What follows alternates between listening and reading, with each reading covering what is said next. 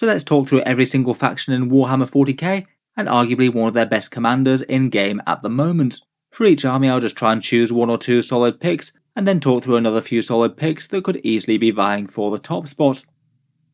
Jumping straight into it, for the Adepta Sororitas, I think it's kind of hard to beat the standard HQ Canoness for 50 points. It's pretty rare that you see a competitive list without one. The Canoness is basically the equivalent of the Space Marine Captain but for sisters, gives you a reroll aura of 1s to hit, a fairly fighty combat profile with a 4+ invul save from the Rosarius, and for just 10 points extra you can pick up a Blessed Blade for Strength 5, AP 3 and Damage 2 melee. Really not too bad for a 60 point model just on its own right. With Bloody Rose and Melee Sisters being quite so good at the moment, it's often quite popular to take a Canoness for fights last and ignoring invul saves for a turn via Word of the Emperor, and you can also give her some extra combat buffs as well, say for example giving her the Bloody Rose Warlord traits to advance and charge, and maybe taking a generic relic for a damage 3 Blessed Blade, extra combat prowess there.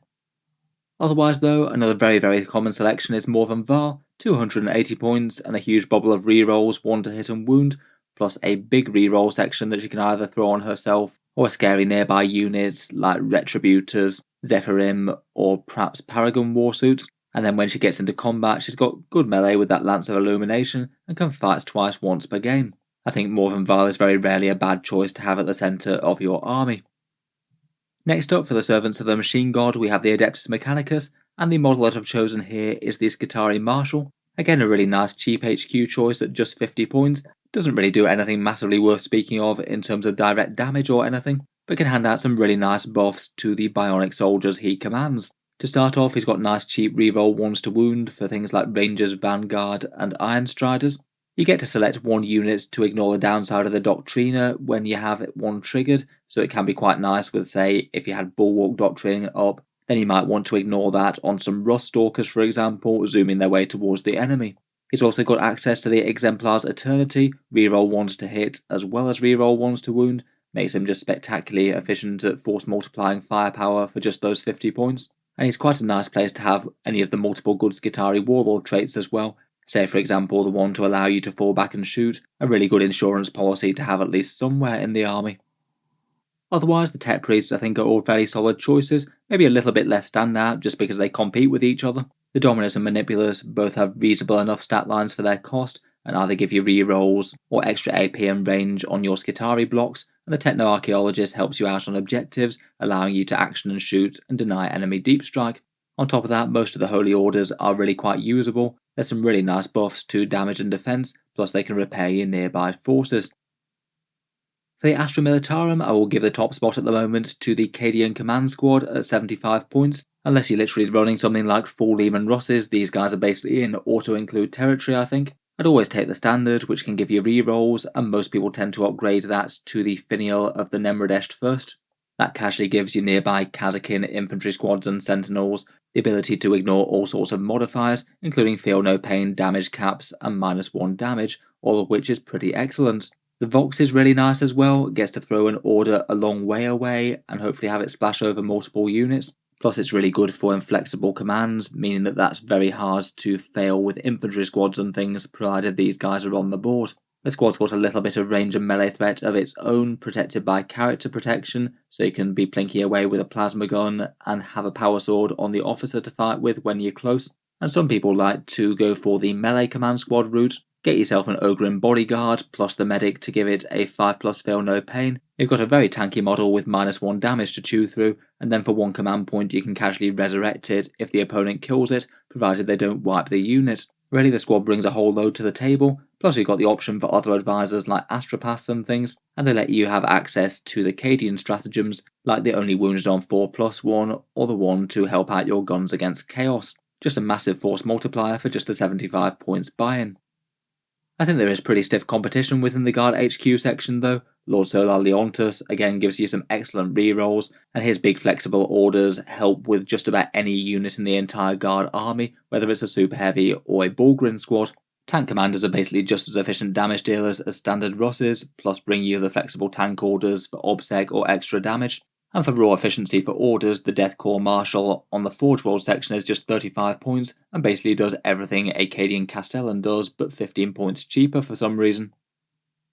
For the Imperial Knights, they don't really have a specific HQ as it goes. Relics and warlord traits and things tend to be bought in as more of an army construction type thing, and are almost more treated like bits of war gear. You can certainly have some Questoris Knights that do take on a very central leading role in the army though. I'd say perhaps the best two for buffing type abilities might be the Knight Errant and the Knight Paladin. The Knight Errant catapulting armies of warglaives a crazy distance with their advance and charge thing. Plus you can use that full tilt stratagem to auto-advance 8 inches, getting you even further threat range. The Paladin just doubles down on rerolls, giving you reroll 1s to hit and wound, pretty massive for any of the armigers in addition to the -1 damage that he gives.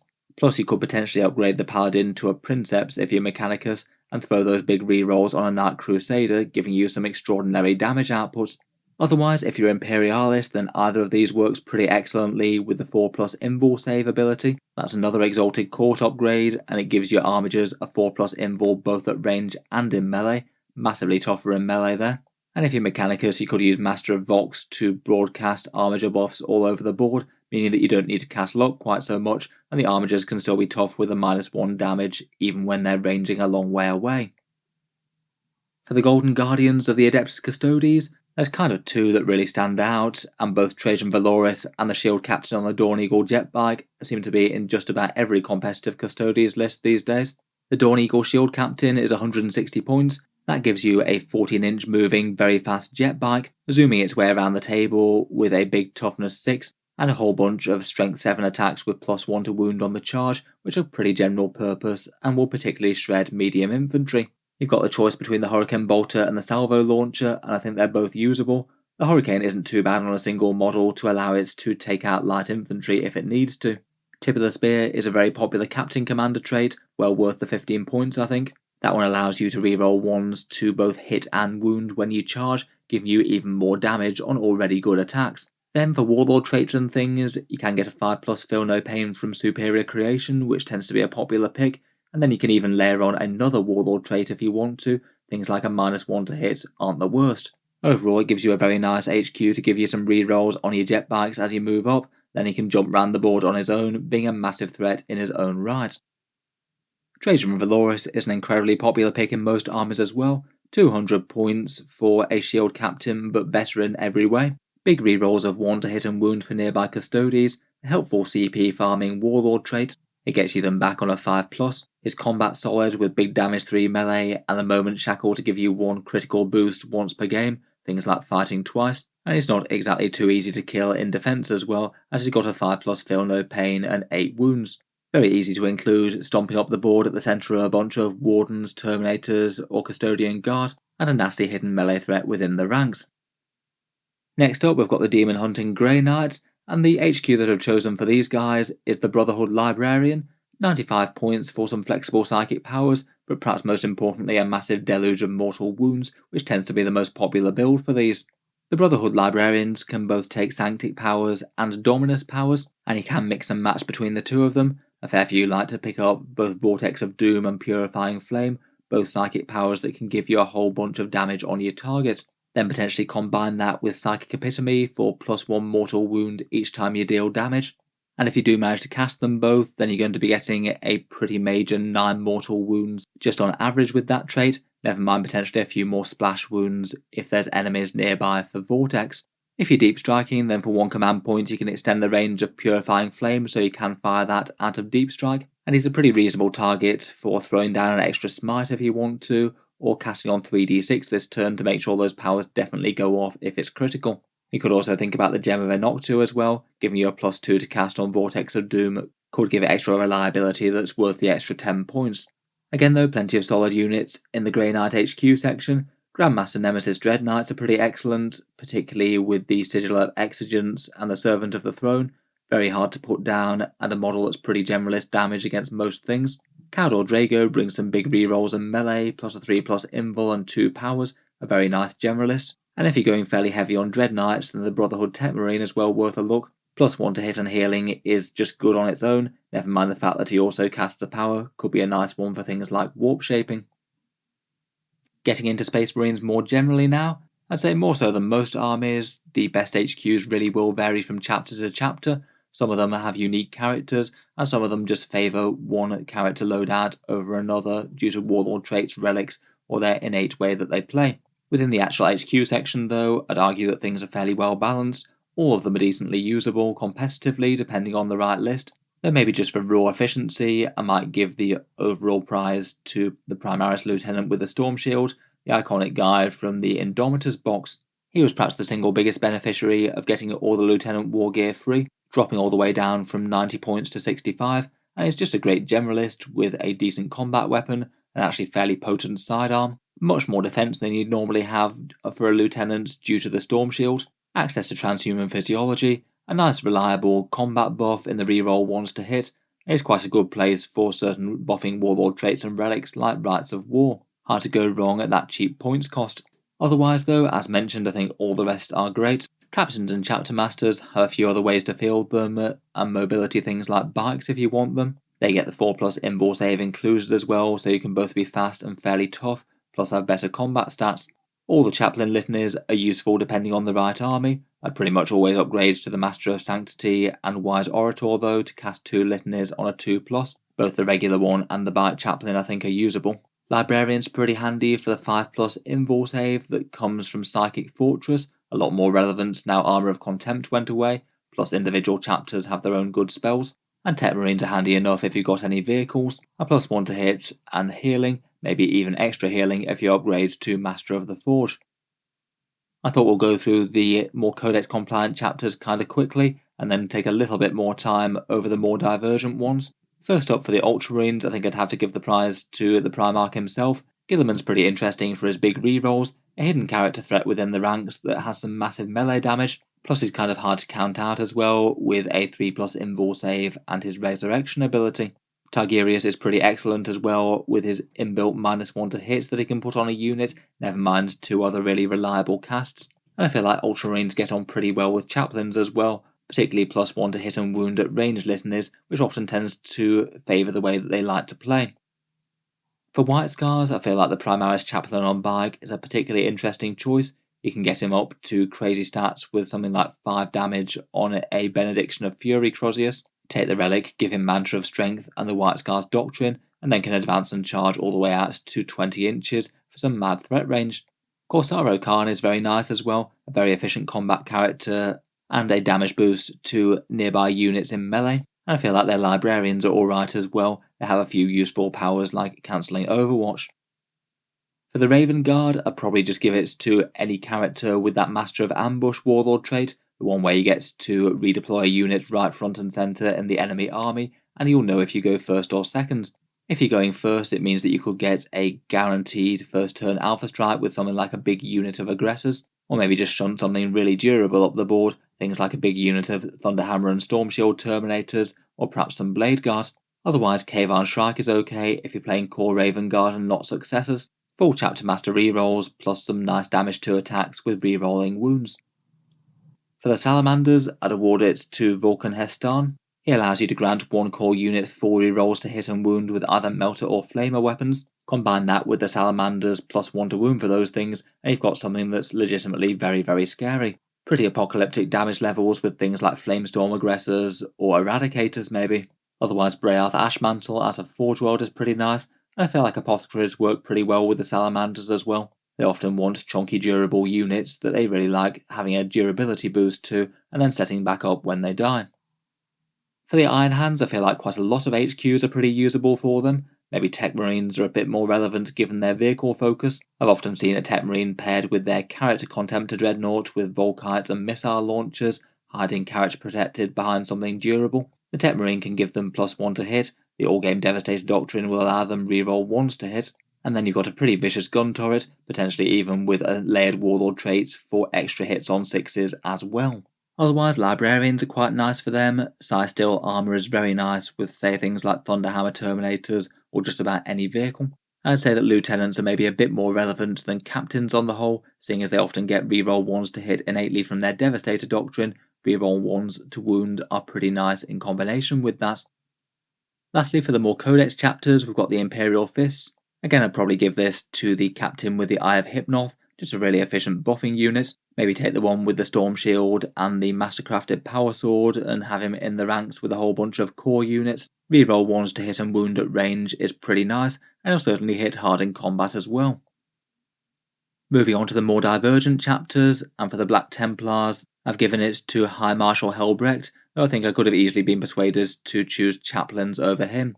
High Marshal Helbrecht is 140 points and has a very respectable Space Marine Chapter Master stat line, a 2+ armor save, really big combat damage with a choice of a sweep or slash mode. The strike mode is damage 3.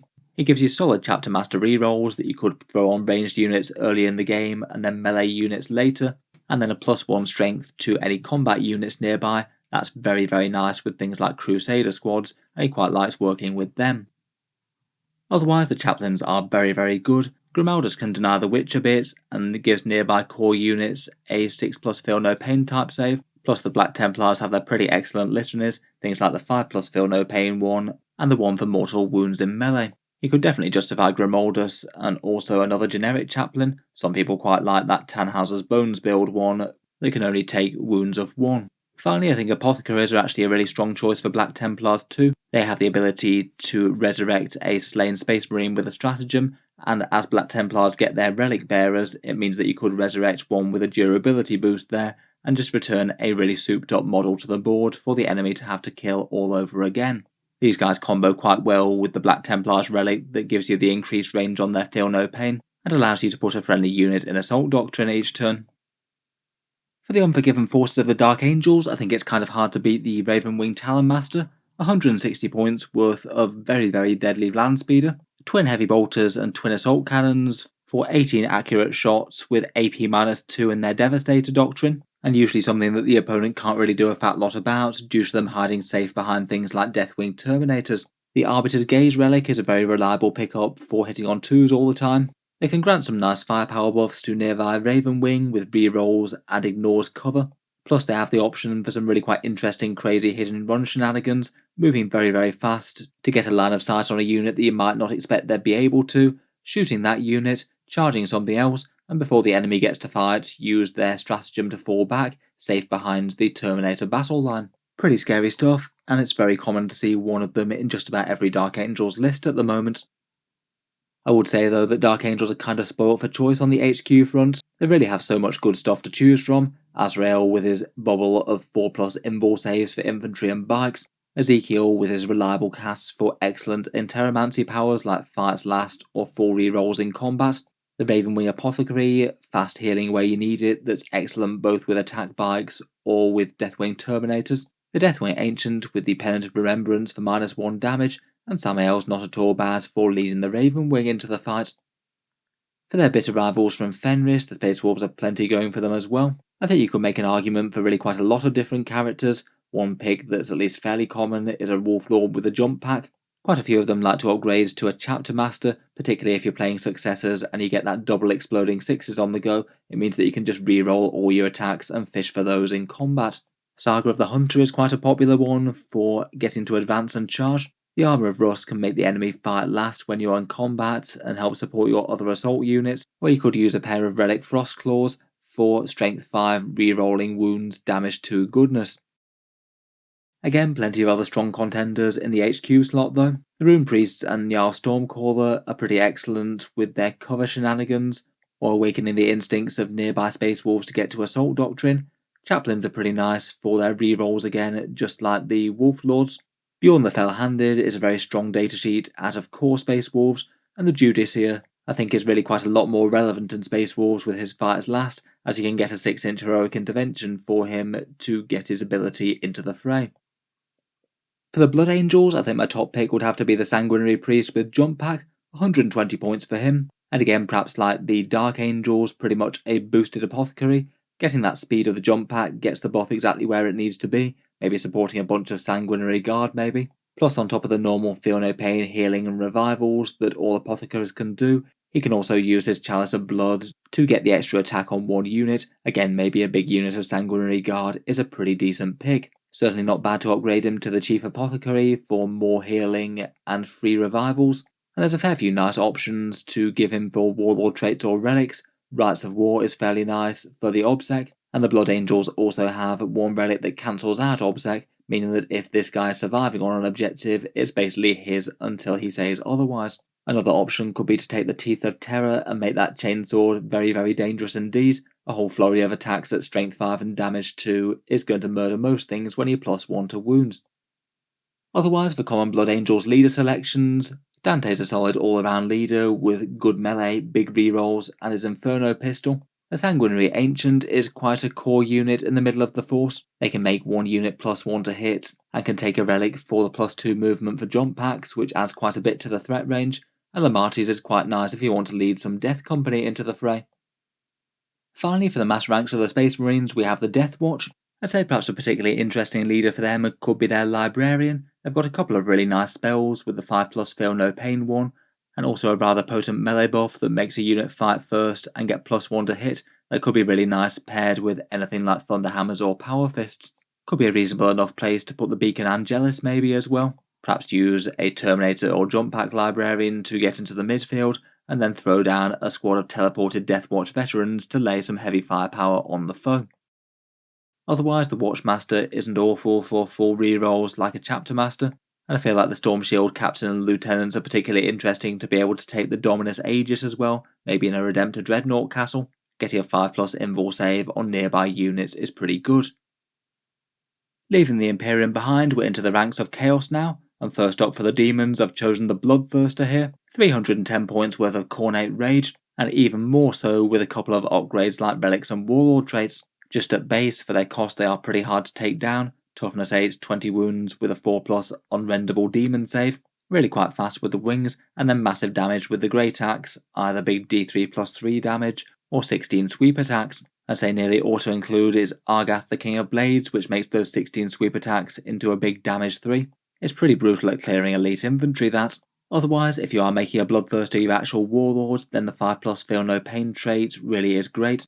With the chance to pass saves that you've already passed once again, you actually work out as around about 10 wounds of extra Bloodthirster that your opponent would have to kill on average, really quite nice for one trait. And another fairly popular pick is Indomitable Onslaught, the big 50-point upgrade that prevents him losing 8 wounds in any one phase. It means that you physically can't take him down even if you just want to focus him on shooting with your entire enemy army. Overall very solid, and a very common sight to be bounding up the board, breaking things for the Blood God. Otherwise, Be'lakor himself is still very, very strong, -1 to hit and wound with the same 20 wounds and 4+ save. His combat's also very nasty as well, chewing straight through invul saves with damage D3+3. He's also got a couple of helpful psychic powers and the ability to summon in demons extra close with Warp Locus. The Lord of Change can be near impossible to kill with things like the Impossible Robe and Incorporeal Form, plus a whole bunch of mortal wounds out of the powerful Tzeentch Witchfires. And for Heralds, I'd say maybe things like the Transweaver are particularly nice for buffing Demonettes, or the Tzeentch Heralds for teleport tricks and more mortal wounds and buffs for the other units. Again, like the Imperial Knights, the Chaos Knights don't really have HQs as such, and say compared with the Imperials they tend to be a little bit more surviving on their own merit, as opposed to going too heavy on the inter-datasheet synergy. For big knights though, maybe the Abominant and the Desecrator are pretty strong. The Winds of the Warp gives you a 5+ Feel No Pain on the Abominant, and that can give you a 6+ save for nearby War Dogs, at least a little bit of thought spared for his lesser counterparts there. You can also debuff one enemy unit and make it extra easy to kill with melee attacks, plus maybe have one of the demonic favours on the go like Blessing of the Dark Master. That adds an extra layer of durability on top of the Feel No Pain. I guess if we're talking about knights leading other knights, the Desecrator might be worth a mention. Reroll ones at range is pretty handy next to Brigands and things, plus it could take that scary Daemonus relic. If you go in mass War Dogs, you could think about one with the Helm of Dogs. That can get you some rerolls on the go. Maybe if you were trying to trick it out as a commander, then Mirror of Fates might not be the worst as well, to farm some CP. For the Foul Forces of the Death Guard, I feel like their actual HQ choices are decent enough, but maybe not super standout. For the points cost for what they do, I feel like the Virion members perhaps give you a little bit more, so I guess I'll rank the Foul Blightspawn as number 1 here, who I guess you could make your Warlord if you wanted to. He's 80 points and is a pretty nasty support piece, almost always worth taking the Revolting Stench Vat, and that means that he breaks enemy charges and also makes them fight last, meaning that it's going to be very hard to assault nearby Death Guard, who are going to get to hit you first hard before they get to get attacked back. Then he's got pretty solid damage with the Plague Sprayer just in his own right, and Viscous Death to reroll the number of shots is just 5 points, so it's pretty worth it now. Plus he might be a solid choice for that Arch Contaminator Warlord trait as well, the one that allows plague weapons to get full reroll wounds up close. Very solid value all around there.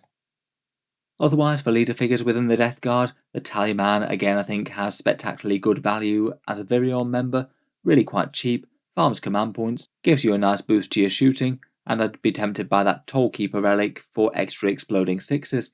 If I had to rank things in the HQ choices, I feel like things are fairly balanced to be honest. It's rare to see a list without a Malignant Plague Caster, though that's partly the fault of the detachment rules and the Lords of the Death Guard. Their spells are pretty handy support, and maybe could be a good place for that Plague Skull of Gluthilla. Combine that with some mortal wounds, and you could have a very nasty punch up close. Otherwise, both the Lord of Contagion and Lord of Virulence are fairly solid for what they do, either having the bonus of extra contagion range, or a fairly nasty twin Plague Flamer.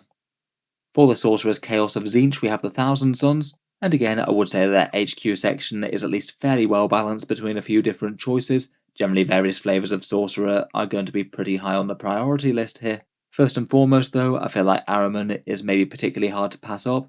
160 points for arguably the premier spellcaster in the faction, bar Magnus himself. He gets to cast 3 powers and gets to re-roll them, so is super reliable for that.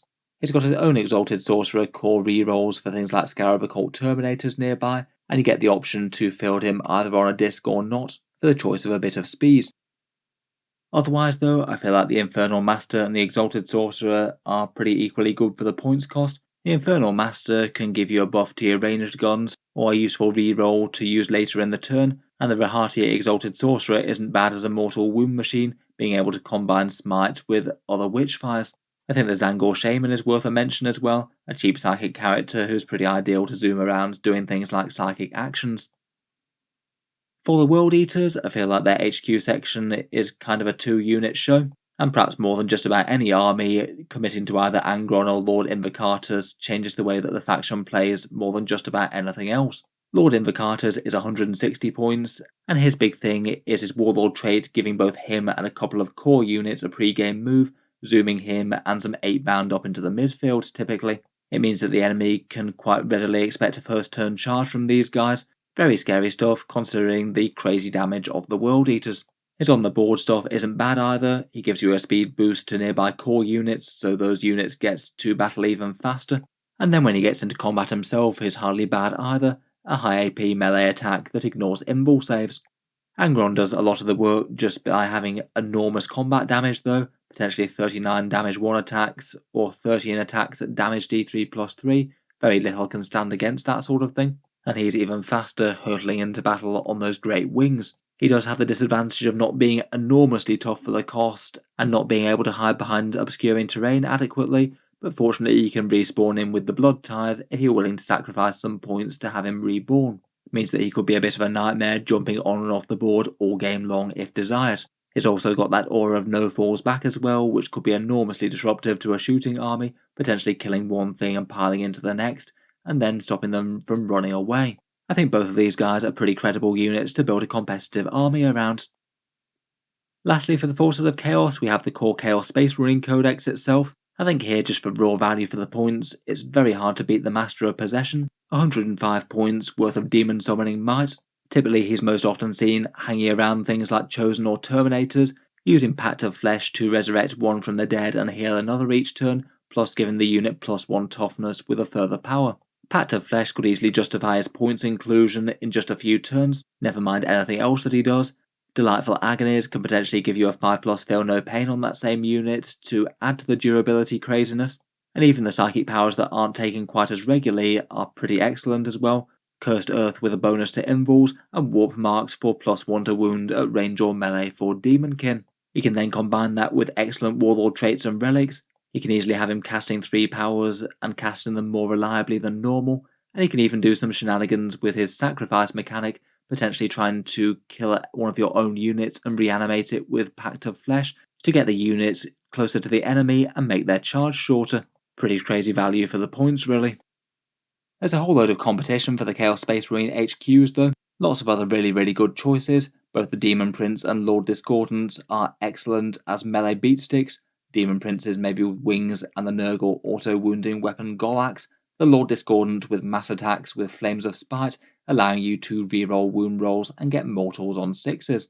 The Dark Apostle can provide illusory supplication or switch into melee buffs if it makes more sense. And Abaddon the Despoiler is still pretty immense, even with a higher points cost at 350. Big rerolls for nearby Chaos units, plus being very hard to kill and having enormous melee threat in his own right. Compared with the Space Marine chapters, I'd say maybe there's just a little bit less divergence for the Chaos Legions and which HQs that they like. Maybe a few of them do stick out for certain legions though. Speaking of Abaddon, he is pretty excellent for Black Legion. His rerolls allow you 4 rerolls to hit and to wound rather than just to hit here, and that means that he's going to be an excellent force multiplier for any big core units. For the Iron Warriors, I think that the Warpsmith has a bunch of added value. They're going to like their vehicles in the first place. He can combine the +1 to hit with any one of a few decent buffing warlord traits that they can take, and he can also take those techno-venomous mecha tendrils as well for a surprisingly potent melee character with a bunch of mortal wounds. For the Emperor's Children, they'll certainly do well with delightful agonies from a Sorcerer or Master of Possession, or the standard melee beatstick characters like the Lord Discordant, but I feel like Lucius the Eternal is also worth a good mention. Against skilled combatants, he gets a damage 3 melee attack, and gets to have fights first and fights last on the same model, which is pretty interesting. Nice for supporting other Chaos melee, and it even gets a bit of shooting, and the standard Lord's reroll ones to hit as well. For the Word Bearers, I think it's worth another mention of the Dark Apostle too. He's got so many ways that he can be superior to the standard one, maybe the most notable thing being able to cast 2 prayers per turn rather than 1. It means that he can have Illusory Supplication, and then something else pretty powerful like buffing his own melee or the standard melee rerolls, and they do have a few other interesting things like Warlord traits, relics and stratagems for him. Otherwise, I'd say the majority of other legions maybe are just fairly good with generic strong picks from them. They definitely have some interesting choices, but I feel like they're kind of hard-pressed to beat up the souped-up Demon Princes, Lords Discordant, or the Master of Possession. Moving on to the Xenos next, and first up we have the Eldar. For them, I think it's very hard just to beat the standard Farseer for a Warlord to lead the army. 105 points, or a bit more if you're on a jet bike. Both versions fairly balanced depending on the extra speed and utility, I think. The Eldar psychic powers are very strong indeed. Guide and Doom to make the most of their very powerful damage dealers, Will of Azayan for objectives secured and shoot while actions, Executioner for more mortal wounds, and they can even farm command points as well. They're pretty reliable casters and can take some interesting relics and warlord traits from Votann and Ulthwé, and also they never perils thanks to their Ghost Helm, which doesn't hurt. It's pretty rare not to have 1 or 2 at the centre of an Eldar army, maybe backed up by some Warlocks perhaps. As well as all the above, you can also think about things like Kurnos' Bow for an extra bit of mortal wound damage for a Hail of Doom Craftworld, and they also help out with manipulating Strands of Fate as well, helping give more chance that you get the 6s that you need. Otherwise, out of solid Eldar leaders, I think that Baharoth is still worth a special mention out of the Phoenix Lords, jumping on and off the board, dealing a lot of damage that the opponent can't do a lot about, and when he needs to, can commit to staying on the board and taking objectives due to being objective secured. A couple of Warlocks have immense value for the points as well, particularly Jinx, but also just being useful units for psychic actions and things, really quite efficient for the cheap points.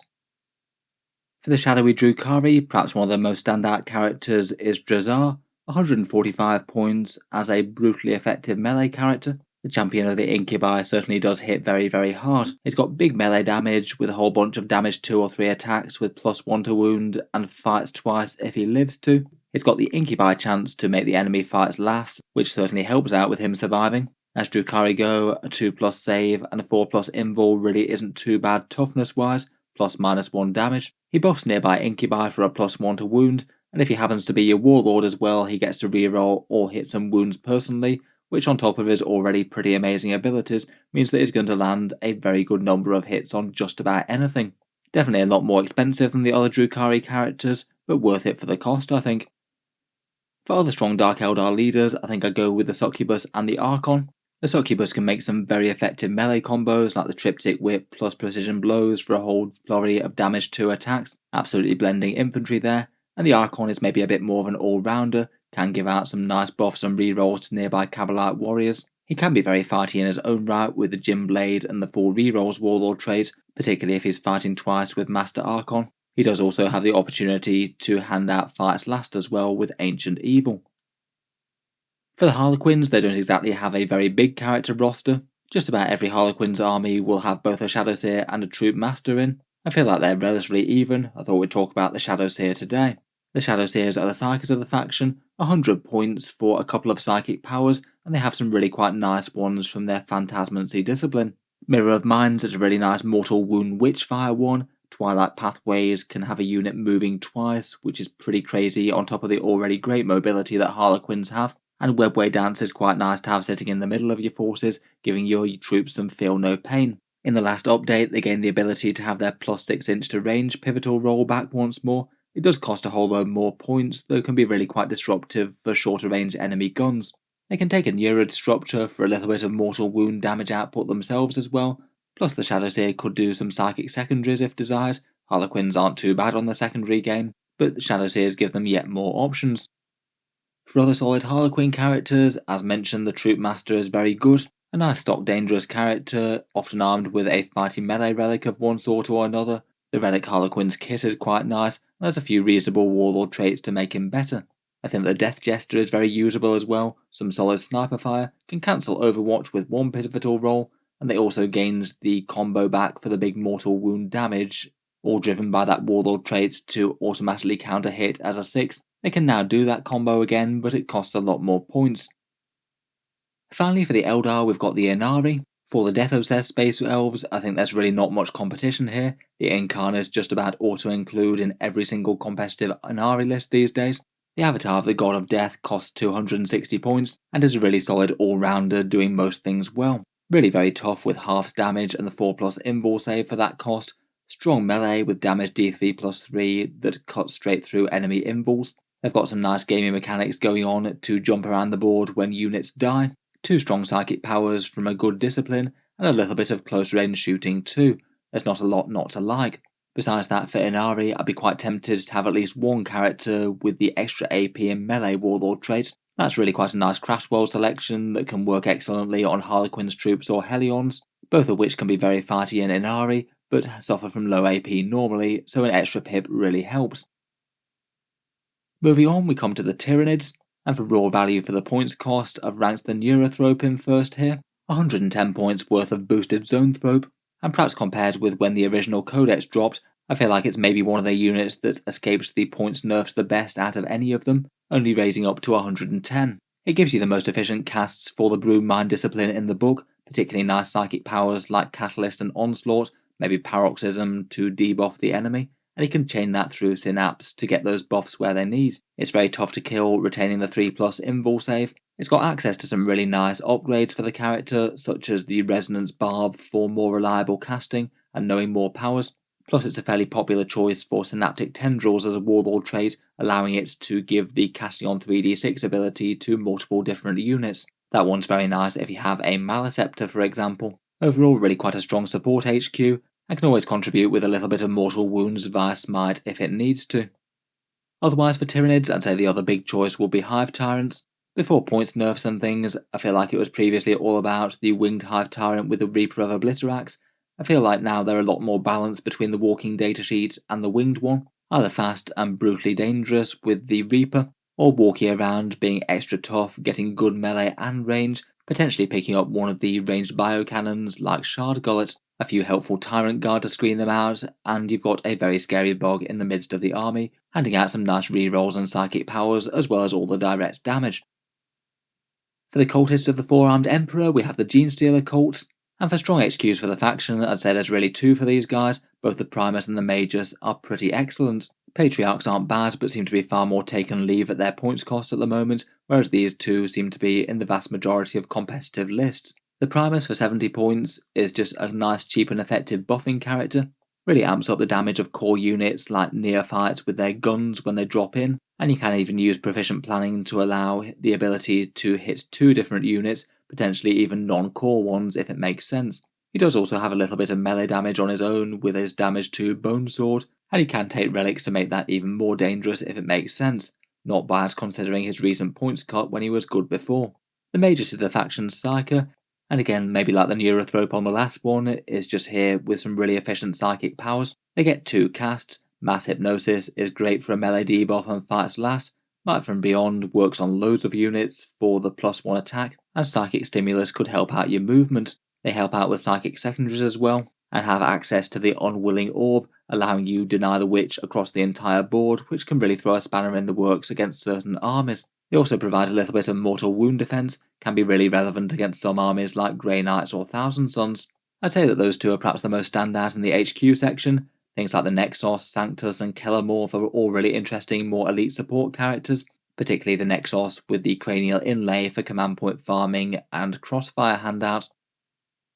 For the Necrons, for the top spot I was torn between the Chronomancer and the Silent King. Kind of impossible to weigh them up really, seeing as they just do very different things. I do think that the Chronomancer is really quite efficient at 75 points though, just handing out some simple and effective buffs to core Tomb World units. The Chronomancer gives the unit a 5+ invul save, pretty excellent on things like Warriors, Flayed Ones or Scorpec Destroyers perhaps. The unit can also reroll charges, which is excellent for anything melee. And on top of that, it's got plenty of options for Cryptek Arcana, like the one that grants cover, and a damage D3+3 shooting attack that costs you an extra 10 points. He's also a pretty reasonable choice for using that Veil of Darkness relic on, teleporting himself and another unit across the board, which can be quite a nice way to get out of combat, or just bring to bear a whole bunch of Gauss Reapers exactly where your opponent doesn't want them. As mentioned though, I think that the Silent King is excellent value as well. Enormous rerolls for core units, a bunch of command points, strong shooting and melee in his own right, and a whole bunch of other stuff like Fights Last. He does cost a fair few more points though for all that privilege. Certainly by no means a bad unit to have at the heart of just about any Necron army. Otherwise, for solid choices, the Technomancer is pretty good value for resurrecting warriors from the dead each turn, and the Catacomb Command Barge I think is perhaps the best Overlord variant right now, zooming around with a little bit of firepower, buffing Necron units, and could take that Relic Staff of Lights for yet more shooting. For the greenskins, I've got to give this one to the various flavours of Orc Warboss. There's quite a lot of different ways to field them between them and the Beast Bosses. The most common played competitively still seems to be the Beast Boss on the Squigosaur at 160 points, a very efficient datasheet, fairly fast on the Cavalry creature, and a bunch of dangerous melee attacks between the Beast Chopper and the Jaws that can deal some mortal wounds if you're lucky. You can make them spectacularly dangerous as well, with the Beast Hide Mantle and Arda's Nails, giving you a really tough character to hold down the midfield. A Warboss in general just seems to be pretty much mandatory at the moment, so you get the War. An army-wide buff of invul saves and extra melee damage and advance and charge is pretty much too good to pass up right now, and they can also hand out a +1 to hit for boys. For another strong variant Warboss, I feel like the Warboss on the Warbike is well worth a mention as a secondary option. You don't really want him as your actual Warlord, as he technically counts as a speed boss, so would give you the Speed War, but give him the Killer Claw and Brutal but Cunning, and he hands out an enormous amount of combat damage in melee. Otherwise, for a bit of help leading the war, Weird Boys are pretty nice for Fists of Gork, +1 attack and a jump. Simple and effective psychic powers for the cost there. Ghazghkull Thrackers are a pretty nice alternative to lead the army, giving you his Great War, plus he's hard to take down and can't be killed in one shooting phase. And if you're playing Goths, Boss Zagstrug is quite efficient for the points as well. 110 points worth of Vulture Claw armed Stormboy character, hopping around the battlefield killing things. For 40k's new Space Dwarves, the Leagues of Votann, I feel like their character section is pretty well balanced to be honest. You can make good arguments for just about any of them. I've chosen to give overall best to the standard Carl though. I think it's rare that you'd really want to leave him at home when the faction's strength is built around the Judgment tokens, and he's very helpful for handing them out and getting the ball rolling. He does really quite a lot for the battle line, hands out the Judgment tokens for the auto wounds, rerolls for units nearby, and can potentially use the Rampart Crest to help the durability of nearby Hearthkin. His melee profile isn't too bad. He could take that Flare Axe for an extra bit of melee combat power, and other options could be the High Car for 40 points plus the Warlord trait for more tokens, or the Warlord trait A Long List to spread those Judgment tokens around once a unit dies, though admittedly any of the other characters could take that. Uther the Destined is a pretty reasonable variant on the Carl as well for Great Etherean League. I'd mainly want to use him to use the scary Railgun combo though, the one where he can guarantee an auto wound of a 6 and therefore get the splash damage. Otherwise though, as mentioned, I do think that all the rest of the characters are pretty excellent. The Brockir Ironmaster is amazing with the Land Fortresses, healing +1 to hit, ignores taken damage, all great things. The Ironhear Champion can hit spectacularly hard for the cost. If he gets a 6 or 2 with Exactor, then the enemy unit's going to feel it and heart. And the Grimnir's not bad as the faction's Psyker, farming up those command points and giving you +1 toughness on a unit, A pretty solid support piece if you want it. Finally, last but not least, we come to the Tau Empire. And again, for the Tau, I think it's hard to pass up the standard commander as pretty much the most auto-include unit in the Codex full stop. Most lists tend to take 2 commanders with the heroic support stratagem, and the most commonly taken variant of commander is the Cold Star battlesuit, who gets some nice advantages. He moves very fast to get his firepower where he needs to. He gets the spectacularly efficient high output burst cannon for a whole flurry of strength 5 AP-1 shots, and he'll often pair that with the prototype system burst cannon to get even more, and then maybe use precision of the hunter to reroll wound rolls. That little lot's almost guaranteed to stack a whole bunch of saves on the target, never mind the fact that he could take extra guns like cyclic ion blasters or plasma rifles. He can buff battlesuits, have them moving quick and accurately. He grants reroll 1s to hit for them. He can potentially take drones for defense and marker lights if it makes sense, and he has a decent defensive relic that he can take in the Begel Hunter's plate, absorbing a little bit of firepower. Loads and loads of options for the various flavours of XV8 Commander, a very strong datasheet in the Codex. Otherwise though, perhaps some of the most standout might be Ethereals or Commander Fireside himself. Ethereals are nice and effective for farming up some command points and feel no pain type saves. Ornvar's quite a solid option over the standard one if you don't want to shell out for the humble stave. And Commander Fireside does seem to hold his own in Enclave lists for the commander role, trading out a little bit of flexibility and raw firepower for some pretty solid melee with the Dawnblade. So anyway, there you have it. Hope you've enjoyed a spin through every faction in Warhammer 40k, and just a few thoughts as to which HQs I would currently rank strongest and why. Let me know your thoughts and takes for your own faction down in the comments as per always. I'll look forward to having a read over them. If you've enjoyed the video, then feel free to subscribe to Auspex Tactics, or certainly keep the regular 40k videos coming. I do tend to post new ones just about every day. Finally, if you have been enjoying all the videos on the channel, I would just like to mention that Auspex Tactics does have a Patreon page as well, and you can find that one linked in the video description below if you're interested in helping support. Channel patrons do get a fair few advantages, seeing certain videos early, regular votes to see what sort of things happen next on the channel, and automatic entry into the regular prize giveaways with the chance to win some big model kits each month. If any of that sounds good to you, or you'd just like to help support, the link is down in the video description. In any case, a massive thank you for listening, and I'll hope to see you guys next time.